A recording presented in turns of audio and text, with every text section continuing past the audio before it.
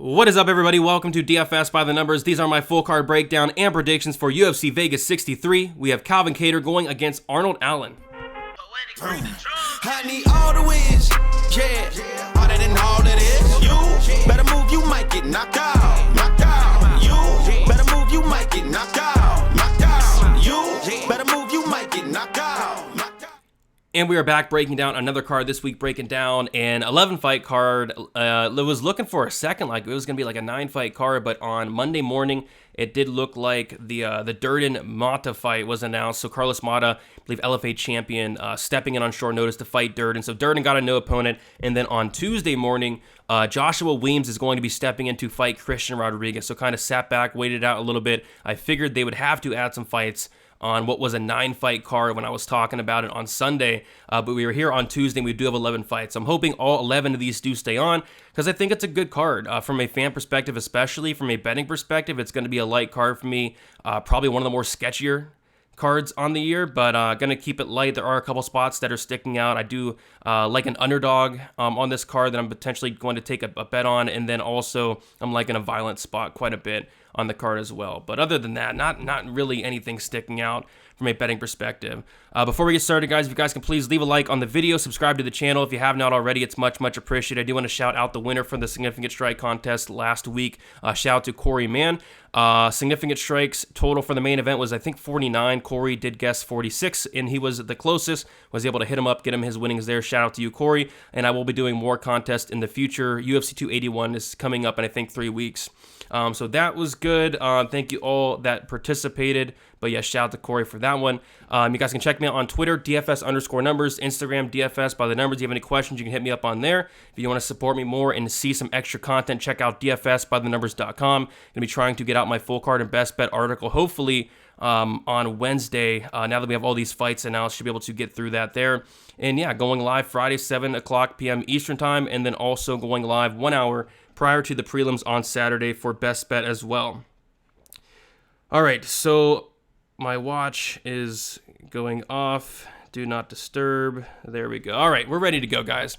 We're going to start with the first fight of the night, and I'm assuming they're going to change this bout order around. Right now, they have the two new fights at the beginning of the card, and I'm assuming they're going to change it, but we'll start with Joshua Weems going against Christian Rodriguez first, and we will start with Christian Rodriguez in this one. So Christian Rodriguez, he's 24 years old, 5'7", with a 71-inch reach. He is 7-1 and 4-1 in his last 5 fights. Joshua Weems, 28 years old, 5'8", with a 69-inch reach, 10-2 and 4-1 in his last 5 fights. We'll take a look at the odds, and we don't have any odds actually for this fight, but I am assuming Christian Rodriguez is going to be a very big favorite in this matchup. I think it's a very tough matchup here for Joshua Weems, not only in general, but on short notice as well. Like, short notice against Christian Rodriguez does not seem like the best idea. But yeah, props to Joshua Weems for stepping in here. Joshua Weems did fight on the Contender Series against Fernie Garcia, I believe it was,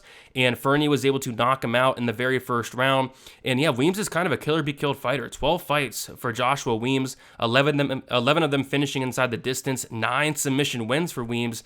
And I went and watched a good amount of his fights, and a lot of the fights I'm watching, he's not getting takedowns. I don't think his wrestling's that great. A lot of these fights, he's getting out-wrestled, he's getting taken down easily, and when he's getting these submission wins, he's getting him off his back, and I just don't know if that's going to be the case here. I don't know if he's going to be able to take down Christian Rodriguez, who's very hard to take down, very hard to hold down, and we kind of saw that in the Pierce fight. I mean, Jonathan Pierce is somebody that has some of the best cardio, pressure, and pace you'll see in the UFC, and it was actually Rodriguez who was coming in on short notice. That was the fresher man against Jonathan Pierce.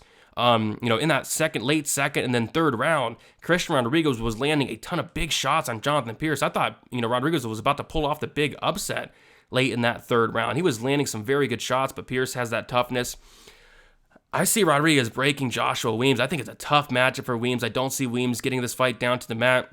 I think Rodriguez will be able to keep this upright, and when he does, I mean, this is a guy in Rodriguez who kind of does fight a little bit like Pierce because he's coming forward the entire time, and he's throwing a ton of volume, and he has some sneaky power as well. We also have to remember the guy's only 24 years old, training at a very good gym. We could potentially see this guy level up, and he's on a full camp. Whereas Joshua Weems coming in here on very short notice, I do not like that. I think Rodriguez finishes Weems. I think he gives Weems his third knockout loss, and I think he does it in the second round. I think he breaks Weems as the fight goes on. Weems is a solid fighter. I think his striking is even solid, but he really only wins by submission, and a lot of those, like I said, come off his back. I just don't really see that in this fight. So give me Rodriguez to kind of break Weems as the fight goes on. Give me Christian Rodriguez to win by second round knockout. All right, we're going to get to the other short notice replacement fight, and we have Carlos Mota going against Cody Durden. We have Carlos Mota, who is 27 years old, 5'6", with a 69.5-inch reach. He is 8-1 and 4-1 in his last 5 fights. Cody Durden, 31 years old, 5'7", with a 67-inch reach, 13-4-1 and 2-2-1 in his last 5 fights. We'll take a look at the odds here. Very interesting with this line movement. So Carlos Mota actually opened up as a plus 125 dog. That line got hammered. He's now currently sitting as a minus 175 favorite. Cody Durden opened up as a minus 145 favorite, and he is now sitting as a plus 150 dog. So this line has completely flipped, and Mota is a decent-sized favorite in this matchup. And yeah, like I said earlier, Mota is the LFA champion. He did have a 5-round fight against Charles Johnson. Went back and watched that fight today, and he had some good success early. It's just as the fight went on, Charles Johnson kind of broke him. Mota ended up slowing down in that 4th round. When the 5th round came around, Mota didn't have much left in the tank, and Johnson eventually hurt him bad and eventually finished him in that 5th round. But yeah, that's his only loss. Other than that, he's going out there and he's looking pretty good. I went back and watched pretty much every single fight I could of Carlos Mota, even like very early in his career, whenever he was like 23, 22 years old. And he's still looking, pretty solid, but he's grown a ton. He has a ton of power. I've seen him land a body kick early on and finish somebody early. He also had another body kick knockout, which I was not able to watch that one, but that was a couple fights ago.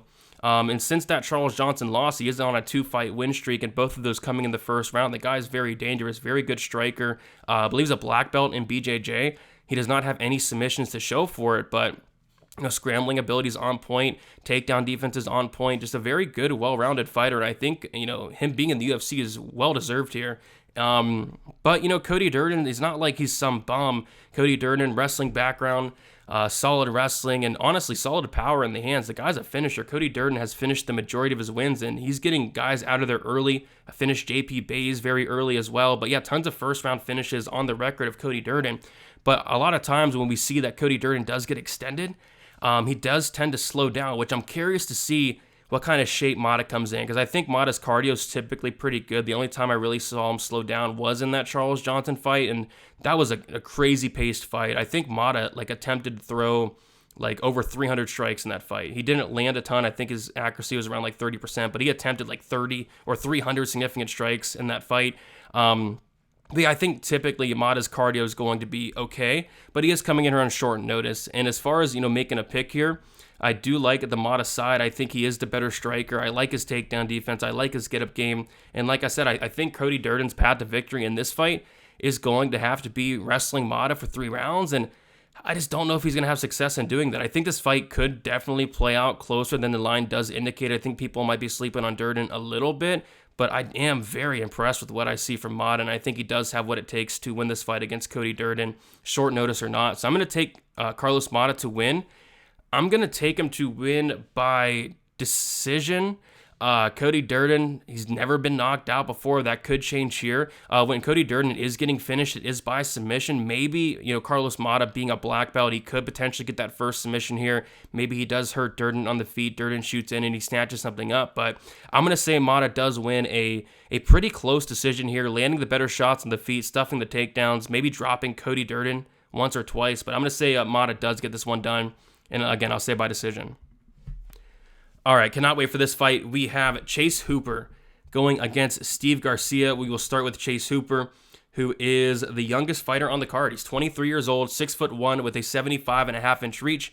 He has 11-2 and 3-2 in his last 5 fights. Steve Garcia, 30 years old, 6 foot with a 73-inch reach, 12-5 and 3-2 in his last 5 fights. We'll take a look at the odds here, and as far as I'm concerned, we have Chase Hooper as the biggest favorite on the card as of now. We'll have to see where the Christian Rodriguez line opens up, but yeah, Hooper's a big favorite, opening up minus 184.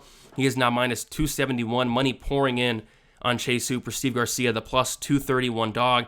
And you got to think that's because of Hooper's last performance. I think Hooper leveled up in his last performance against Felipe Caloris. Caloris is a guy that I don't think is the best fighter in the world, but what Caloris is known for is just that next level toughness. Like that guy, as far as I'm concerned, had never been finished, and Hooper went out there and just went kind of like balls to the wall early, and he set a pace that Caloris was not able to keep up with. Tons of scrambles in that fight, and Hooper showed off. Obviously, he has that great submission game. He's a BJJ black belt, but very good ground and pound as well, and he was able to finish Caloris in that third round, a very tough Caloris, and the ref was forced to step in and stop that fight. Just a very good performance by Chase Hooper, and you can kind of notice in Hooper's last couple fights, like the wrestling is starting to come along a little bit. The striking is starting to finally come along a little bit. And again, this guy's only 23 years old, so if he can start to improve that striking and that wrestling and kind of get it up to par with that phenomenal grappling that he has, Hooper can be a very dangerous guy, but I still think he's a long way from being, an elite fighter. But like I said, if he can keep improving that wrestling, that striking, this guy can be good. But I think he's good enough to beat Steve Garcia here. Steve Garcia, I actually think he's solid. Steve Garcia, solid wrestling, grappling in his own right, but his striking is very impressive. This guy is very high volume on the feet. He goes after it. The chin is super sketchy. Getting dropped twice or maybe 3 times by Charlie Ontiveros is not the best look in the world. Getting dropped twice by Makhachev was not the best look in the world, but is Chase Hooper going to go out there and knock you out standing? Probably not, but I go back to the Luis Pena fight with Steve Garcia, and he did come in on short notice, but that fight was just such a bad look against Luis Pena. Pena was able to get him down in all 3 rounds. So the first round, and without getting an official takedown as well. If you look at the fight, it'll say 0 takedowns, but in the first round, Garcia takes down Pena. Pena reverses him easily, takes his back. That's the round. In the second round, Pena takes his back standing. That's the round. And then in the third round, Pena runs across the cage, lands like a flying kick to the face, and then Garcia just falls over, and then Pena gets on top of him, and that's the round. Luis Pena in that fight compiled like 14 minutes or something crazy in terms of the control time. Luis Pena, 14 minutes and 2 seconds of a 15-minute fight. So there was only 58 seconds where Steve Garcia was not getting, like, that's a bad look for me. And I know, Steve Garcia, he was able to survive the grappling exchanges against Luis Pena, but I know, Pena's nickname's the Violent Bob Ross, but Pena's not really finishing many people. I think Chase Hooper's much more dangerous than the non-violent Bob Ross, Luis Pena. I think Hooper finishes Steve Garcia here. I think this fight's going to hit the mat one way or another. Chase Hooper, like I said, his wrestling's improving, but he has other ways to get it down to the mat. He can take your back standing like Luis Pena did. He can pull guard. I mean, he can get the fight down to the mat in different ways, but that wrestling is coming along. He did land a couple takedowns against Steven Peterson. And yeah, once this fight does hit the mat, I mean, it's Hooper all day. I know Garcia's grappling's solid, but, Hooper's super dangerous, and he has that ground and pound, that pace that he can put on. So yeah, I do like Hooper here to win. I like Hooper to win this fight inside the distance. I'll say like a second round, like a TKO for Chase Hooper, and I think he does finish Steve Garcia. I think Steve Garcia gets another finish loss on his record here. All right, next we have Jung Young Park going against Joseph Holmes. We have Jung Young Park, who is 31 years old, 5'10", with a 73-inch reach, 14-5 and 4-1 in his last 5 fights. We have Joseph Holmes, who is 27 years old, 6'4", with an 80-inch reach, 8-2 and 4-1 in his last 5 fights. We'll take a look at the odds here. Jung Young Park opened up as a minus 230 favorite. He went all the way down to minus 255. He's now back to minus 222.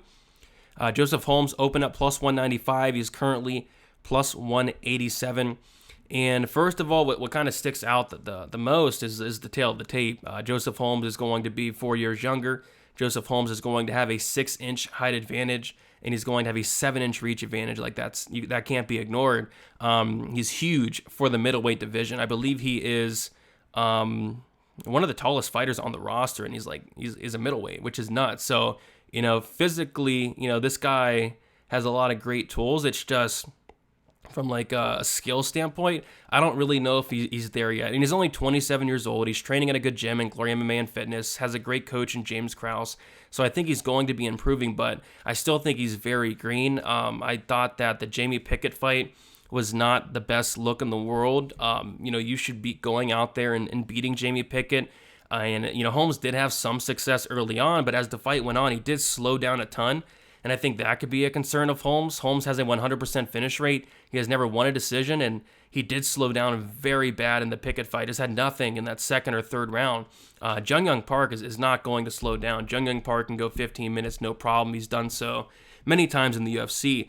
And another thing, Jung Young Park has fought the much better competition, and it's not even close at all. Whereas Joseph Holmes, he's going out there and he's losing to Jamie Pickett, which is a terrible look.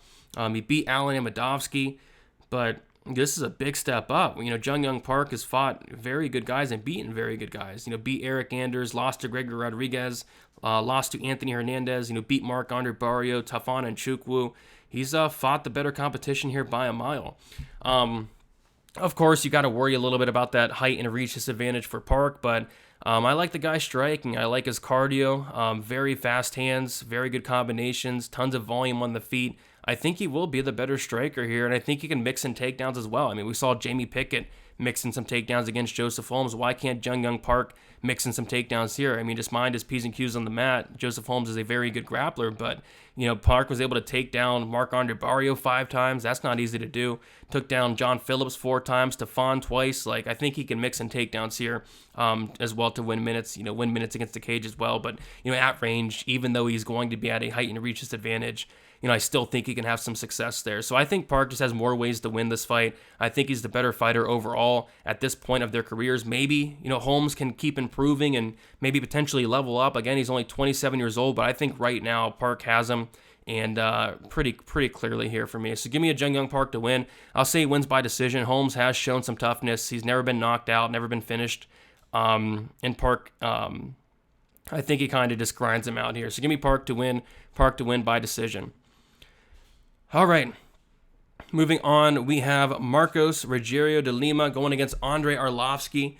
We have de Lima, who is 37 years old, 6'1" with a 75-inch reach, 19-8-1, and 3-2 in his last 5 fights. Andrei Arlovsky, he is 43 years old, 6'3", with a 77-inch reach, 34-20 and 4-1 in his last 5 fights.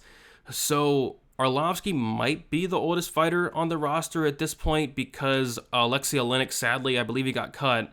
So that might mean that Arlovsky is the oldest fighter. I think Trinaldo's up there at like 42 or 43, but I'm pretty sure it's Arlovsky at this point. So take that as you will. But Arlovsky is looking good. 4-fight win streak. You can get away with being 43 years old, almost 44 at heavyweight, right? But you kind of dig into his record a little bit more and kind of look at the guys he's been facing.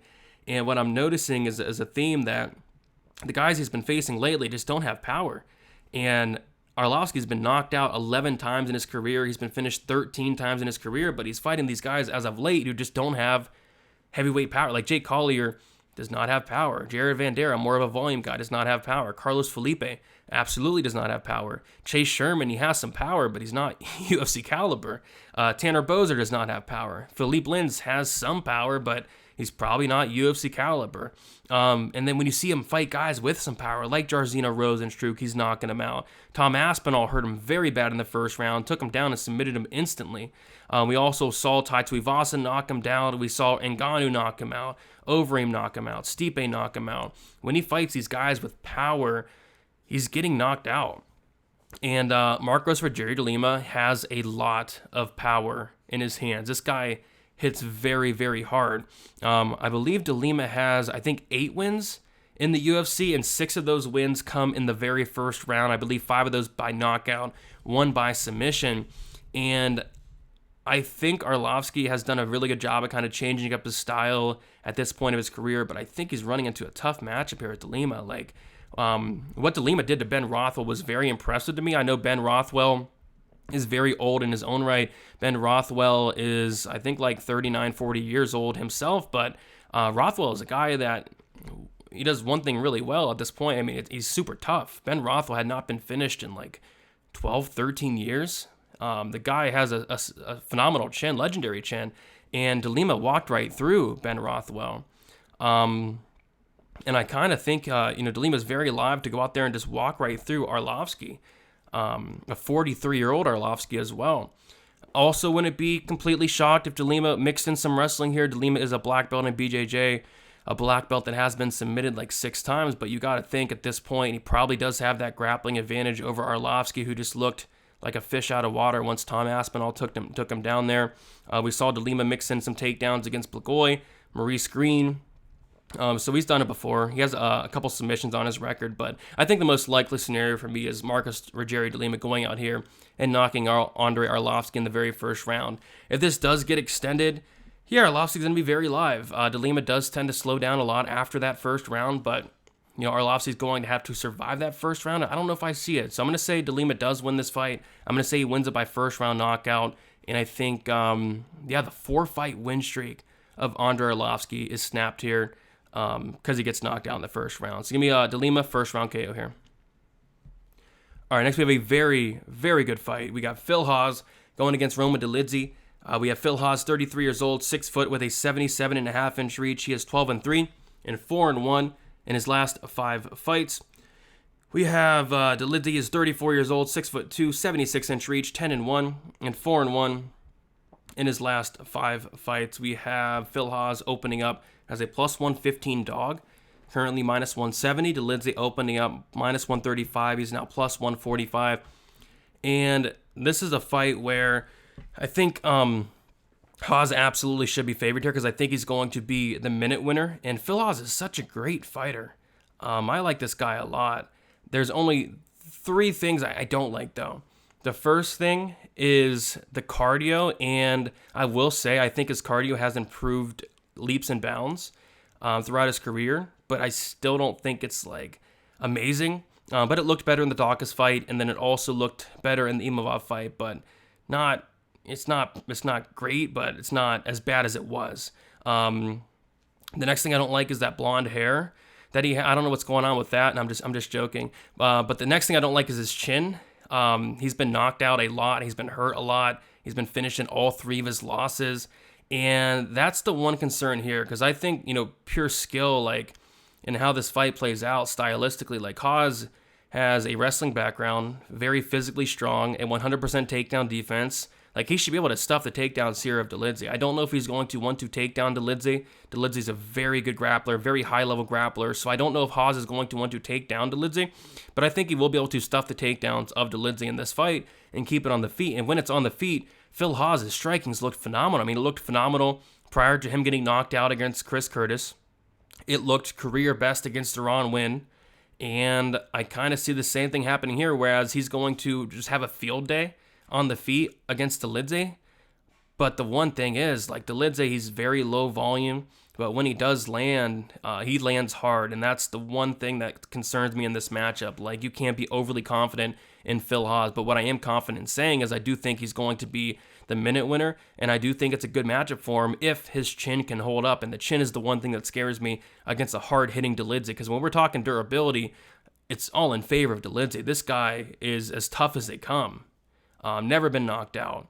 Whereas Hawes, kind of the opposite. I mean, this guy's been hurt a lot. So I think the better fighter is Phil Hawes. I think he does win this matchup. I think if this does go to decision, it's Hawes all day. But he's going to have to really watch out for those power shots of Roman Dolidze. So yeah, I'll go with Hawes. You can't be too confident in it because of the chin, but I do think he wins this fight. I'll say he wins it by decision here. All right, we have the next fight is Dustin Jacoby going against Khalil Rountree.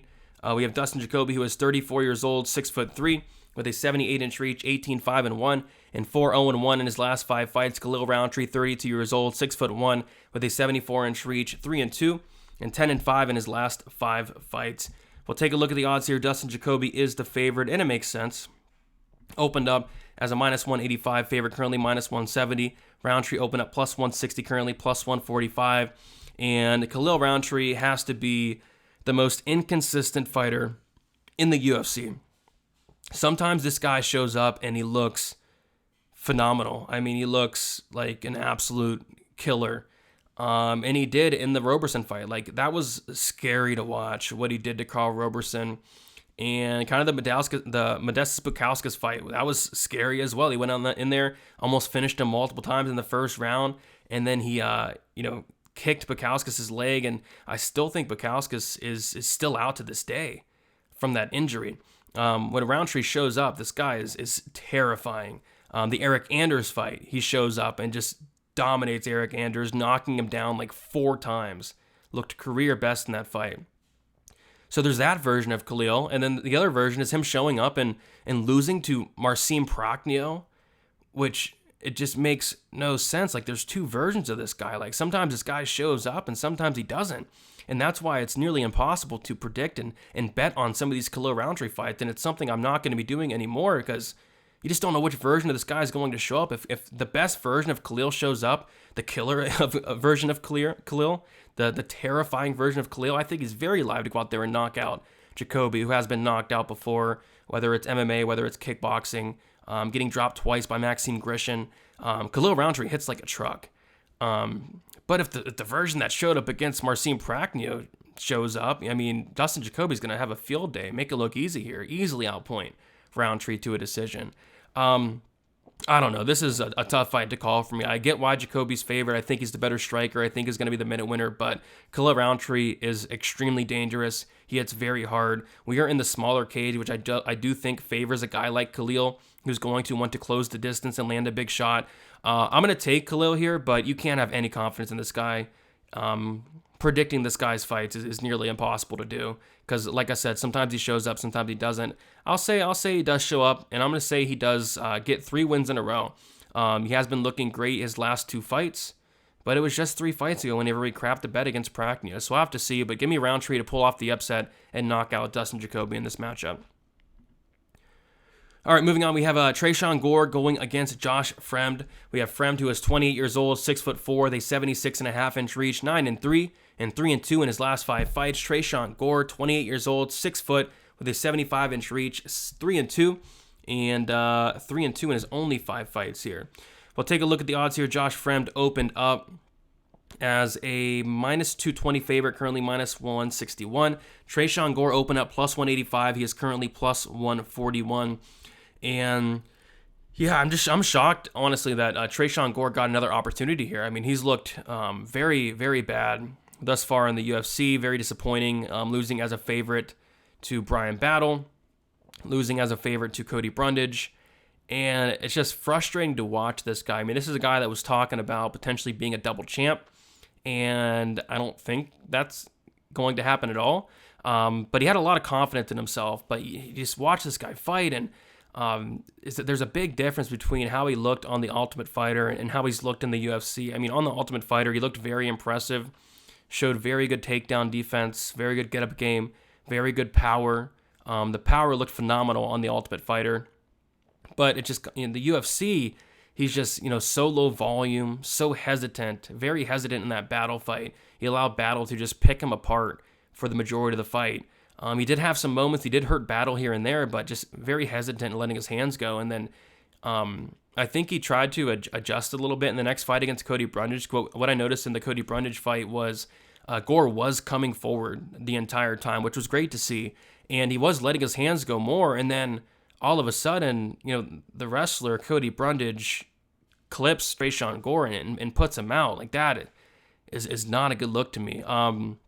I don't know. I just don't think Gore is ready just yet. I mean, the guy's very inexperienced. Only 5 professional fights. Yes, he's been on The Ultimate Fighter, but just him in the UFC has just not looked good at all. And now he's going against a killer in Josh Fremd. Went back and watched Josh Fremd pretty much his entire career, and this guy's scary, man. This guy's 6'4" at middleweight, another 6'4" middleweight on the card. This guy hurts people, and he hurts people bad. I mean, if you're getting knocked out by Cody Brundage, I don't know what, Josh Fremd, I saw him knee some guy multiple times, cut this guy open bad. I mean, the guy didn't get up for a couple minutes. Another time we saw him land a big shot. I mean, the other guy did not get up for a couple minutes. I mean, this guy hits hard, Josh Fremd. And like I said, if you're getting knocked out by Cody Brundage, I don't know what to tell you. Josh Fremd is a super dangerous fighter, finishing the majority of his wins. He's huge. He can wrestle, and he's aggressive. He's very aggressive. The one thing I'll say about Josh Fremd, and the thing that kind of concerns me in this matchup with Tresean Gore is, Gore does have some solid power, and Fremd is a little bit hittable. Fremd has been knocked out before. He got knocked out by Gregory Rodriguez, and he does leave a lot of openings to get hit. So if Gore does, kind of pressure forward like he did in the Brundage shot, I think he could potentially maybe land a shot on Fremd, but it's just so hard to trust Gore at this point. And he's going to be fighting for his job here. He's going to be fighting for his job. I think this is one of the more exciting fights on the card. I think it's going to be an all-out war, but I just trust Josh Fremd a lot more, and I think Fremd finishes Gore, and I think he does it fairly early as well. Give me Josh Fremd to knock out Tresean Gore in the very first round. All right, next we have the 1-800-GAMBLER fight of the night. We have Waldo Cortes-Acosta going against Jared Vanderaa. We have Acosta, who is 31 years old, 6'4", with a 78-inch reach, 7-0, and 5-0 in his last 5 fights. Vanderaa, 30 years old, 6'4", with an 80-inch reach, 12-9, and 1-4 in his last 5 fights. We'll take a look at the odds here. Acosta opened up a plus 130 dog. He's currently minus 192. Vanderaa opened up minus 150. He is currently plus 167. And I'm shocked that Jared Vanderaa is getting another opportunity here on a 4-fight skid. Losing to Chase Sherman, that's a terrible look. Losing to Alexei Oleinik, that's a terrible look. Losing to Andrei Arlovsky, I thought he maybe could have won that fight, but that's not a good look. And then losing to Alexander Romanov, no shame in that. But his last 2 losses, Chase Sherman, you should not be losing to Chase Sherman. I guess the frustrating thing in this fight is Jared Vanderaa I want to say he's live because he just has such a clear path to victory. It's clear as day. But you could have said the same thing against Chase Sherman. I mean, Chase Sherman's ground game is atrocious. We saw what Jake Collier did to Chase Sherman. Chase Sherman is a fish out of water on the mat, and Jared Vanderaa didn't even think about trying to take down Chase Sherman. So you go and watch Waldo Cortes-Acosta, the guy's getting taken down by a gust of wind. He's getting taken down easily. If Jared Vanderaa had any fight IQ whatsoever, he would try to take this guy down and finish him. I mean, Jared Vanderaa on top, he has some very good ground and pound. He's a black belt in BJJ supposedly. So you would think that he would try to get this fight down to the mat. But I'll say it right now, Jared Vanderaa has some of the worst fight IQ I've ever seen in my life. Ever in my life. And it's just not something he's shown in the UFC to want to do. He has not shown that he wants to get the fight down to the mat.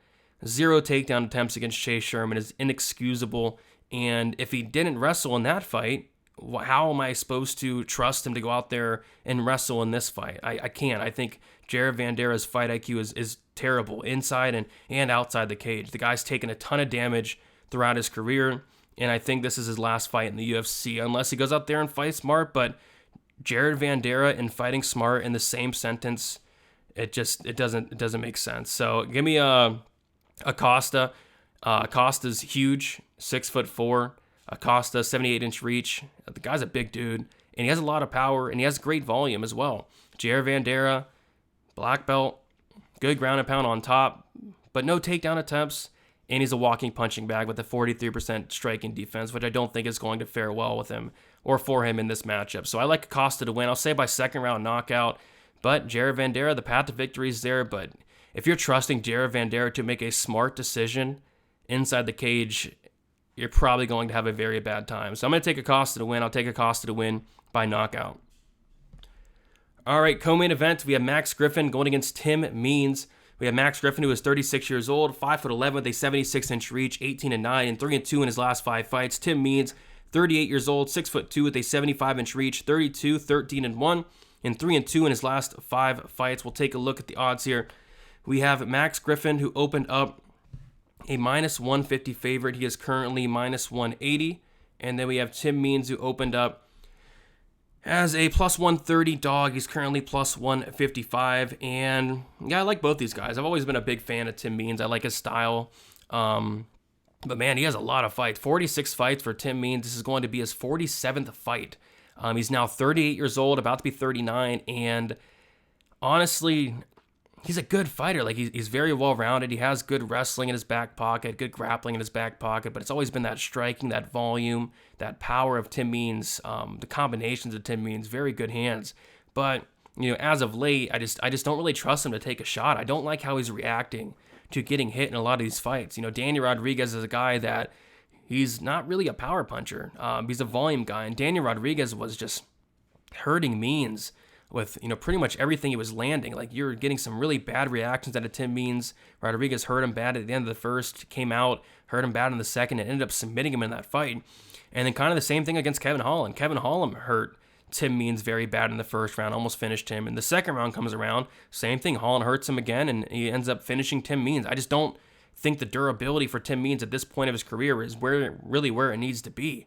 Again, 46 fights. He's taken a ton of damage. He's been knocked out before. He's been submitted before. He's been hurt before. He's getting hurt a lot late in his career. I mean, the guy used to be known for the toughness, the durability. At one point, I don't believe he'd ever been knocked out, and then Nico Price starches him. And since then, he's getting hurt by Rodriguez, Kevin Holland, and Max Griffin's not typically been a power puncher throughout his career, but as of late, he is landing very hard. He is hurting people very bad. Like, Max Griffin is finally starting to really sit down on some of these shots, and he's hurting guys. He's knocking them down, and he's knocking them out. He knocked out Song Kanan in the very first round. He knocked out Ramiz Brahimaj, kind of the ear situation though, but he knocked down Carlos Condit, was very close to finishing him. He knocked down Neil Magny. So the power is starting to translate for a guy that was typically a decisionator. And Max Griffin, the power is really starting to show as of late. And I don't know if Tim Means can take a shot. So in terms of how this fight goes, I think it's going to be competitive, but I just can't trust Tim Means to take a shot at this point, especially against a guy, Max Griffin, who does and has been hitting very, very hard. And when we're talking durability, it's all in favor of Max Griffin. Max Griffin's about as durable as they come. 27 fights, only been knocked out once. It was against Colby Covington. No shame in that. And I'll say he does. I don't know if he knocks out Tim Means, but I think he can land some hard shots and really hurt Tim Means, knock him down a couple times. You know what? I'll say he does knock out Tim Means. I'll say he knocks him down, gets on top, and finishes the fight shortly after. Give me Max Griffin by knockout. I'll say like a second round knockout. I think the power is finally starting to translate. Max Griffin's 36 years old, about to be 37, but honestly, like, this version of Max Griffin is probably the best version of his career. Like, this guy at 37 is looking phenomenal, whereas Tim Means, I do think he is, towards the end of his career. So give me Max Griffin to win. I'll say he does finish Tim Means. All right, next we have the main events. We have Calvin Kattar going against Arnold Allen. We have Arnold Allen, 28 years old, 5'8", with a 70-inch reach. He has 18-1 and 5-0 in his last 5 fights. Calvin Kattar, 34 years old, 5'11", 72-inch reach, 23-6 and 3-2 in his last 5 fights. We'll take a look at the odds. Very closely lined fight here. Arnold Allen opened up as a plus 150 dog, currently minus 120. Calvin Kattar opened up as a minus 175 favorite, and he is currently plus 100. So yeah, Arnold Allen looked phenomenal in his last fight against Dan Hooker. Just kind of ran right through him. And each time we see Arnold Allen, we just see him take a step up. And that's kind of the scary thing with Arnold Allen. Like, he's only 28 years old. We have not seen him in 7 months. Like, he could have leveled up again, and that's terrifying. Like, Arnold Allen is a very good fighter. Very good fighter. The guy has not lost in such a long time. The guy is undefeated in the UFC. But this is going to definitely be a step up in competition for Arnold Allen. You kind of take a look throughout his career. He's beating guys like, Mac One Americani, Mads Burnell, Jordan Rinaldi, Gilbert Melendez when Melendez was on like a 4 or 5 fight skid, Nick Lentz, Sadiq Youssef, Dan Hooker. If he can beat Calvin Kattar, like, that's a huge feather in his cap. But yeah, go back and watch some of Arnold Allen's fights. This guy's so good. He's really good at keeping range, keeping distance. Not the highest volume guy in the world, only landing 3.31 significant strikes per minute, but he hits very hard, and he kind of showed off that power in the Dan Hooker fight and the Youssef fight. Went back and watched that Youssef fight, and it was a lot closer than I remembered. Like, in the first round, Youssef was outlanding Arnold Allen, but Allen landed a big shot and sat down Youssef. Obviously, got to give Allen the round. Allen also did mix in a couple takedowns. In the second round, Youssef was having a ton of success. He actually outlanded Allen 2-1. Outlanded Allen 18-9. But Allen landed a very nice head kick that wobbled Youssef and almost finished him in that second round as well. You got to give Allen that round as well. But in terms of the numbers, Youssef was clearly outlanding him. And then in the third round, Allen was gassed out, which was weird. And in that round, Youssef outlands him 16-2. So This is where my concern kind of comes in with Arnold Allen. Allen landed 10 strikes in the first round of the Yusuf fight, 9 strikes in the second, and then 2 strikes in the third for a total of 21 significant strikes in 15 minutes of fight time. And that concerns me against a guy like Calvin Kattar, who has some of the best volume in the division, probably right behind Max Holloway. You know, Calvin Kattar going out there and landing 130 against Emmett, 144 against Giga, 133 against Holloway, 105 against Dan Ige. You know, Calvin Kattar's volume is very good, and I feel like Allen could potentially fall behind in the volume. And quite frankly, I'd be shocked if Arnold Allen out-volumed Calvin Kattar, and that doesn't mean he can't win the fight, because Allen does a really good job at kind of slowing the fight down a little bit, you know, running, sticking on the outside, very good movement, lateral movement, you know, back and forth movement, but does a really good job at kind of sticking on the outside and outpointing these guys. But, you know, Calvin Kattar is going to be pressuring the whole time. And I think people might have forgot a little bit about Calvin Kattar. I mean, I went back and watched the Giga Chikadze fight. Giga was like one of the most hyped fighters. Everybody loved Giga Chikadze. Everybody loved this guy so much. And Calvin was a dog in that fight. And Calvin Kattar went out there, and not only did he beat Giga Chikadze, he put on one of the biggest beatings of the year, beating Giga 50-45 on 2 of the 3 judges' scorecards, and 50-44 on one of the judges' scorecards. Just shut out Giga Chikadze, which, you know, speaks volumes. Calvin Kattar's pressure is a weapon, his volume is a weapon, and he has a lot of power in his own right. So my concern with Arnold Allen is he does fall behind in terms of the volume, and I feel like he's going to have to rely on these big shots like he did against Sadiq Yusuf. But I think there's a big difference between Yusuf and Kattar when we're talking durability. Calvin Kattar has absorbed a ton of strikes throughout his career, and a lot of that is from the Holloway fight. He's absorbed well over 1,000 strikes, and the guy's never been knocked down. He's never been knocked out.